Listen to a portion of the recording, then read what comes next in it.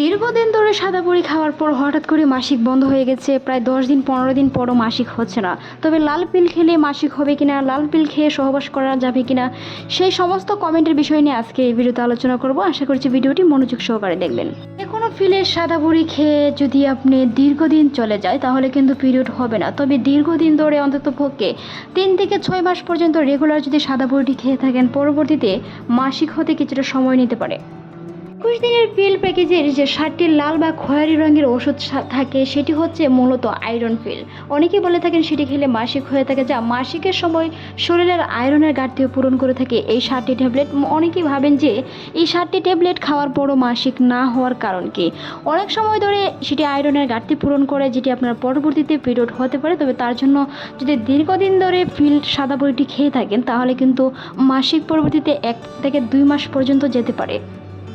খয়েরি রঙের ওষুধটি মূলত আয়রনের ঘাটতির জন্য দেওয়া হয়ে থাকে। এই বড়িগুলো খাওয়ার সময় পরপরই সাধারণত অনেকে মাসিক হয়ে থাকেন। সাদা পিল শেষ হওয়ার পর প্রতিদিন একটি করে লাল পিল খেতে হবে অন্ততপক্ষে 7 দিন পর্যন্ত। যদি 7 দিন খাওয়ার পরও পিরিয়ড না হয় অন্ততপক্ষে 1 মাস পর্যন্ত অপেক্ষা করতে হবে।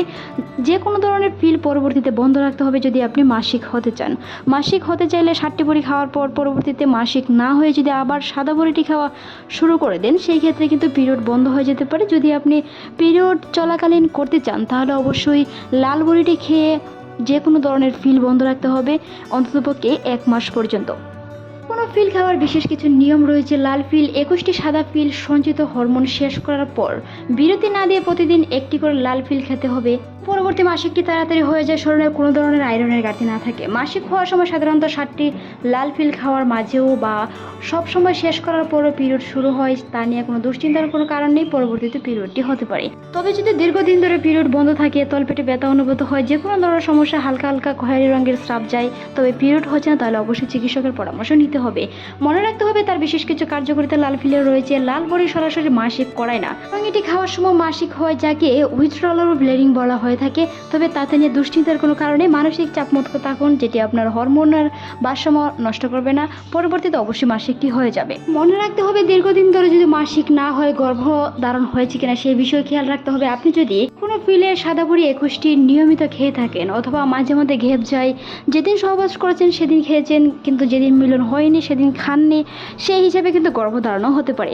তাহলে কিন্তু আপনি যতই লাল বড়ি খান, যে কোনো ধরনের ফিলই খান না কেন, পরবর্তীতে কিন্তু মাসিকটি বন্ধ থাকবে। দীর্ঘদিন ধরে যদি মাসিক না হয়, কারণ আপনার মাসিকের ডেট তো মনে নেই যেহেতু সাদা বড়ি খেয়েছেন, তাহলে কিন্তু অবশ্যই প্রেগনেন্সি টেস্ট করতে হবে যেন আপনার বাচ্চার পরবর্তীতে কোনো ধরনের সমস্যা না হয়।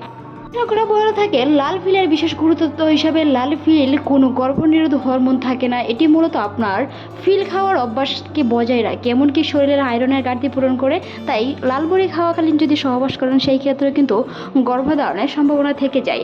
পিরিয়ড বা মাসিক সাধারণত এই লাল ফিল খাওয়ার দিনগুলোর মধ্যে হয়ে থাকে, সেটি অনেকেই হয়েছে। তবে যদি দীর্ঘদিন যায় তাহলে অবশ্যই প্রেগনেন্সি কিট টেস্ট করে দেখতে হবে।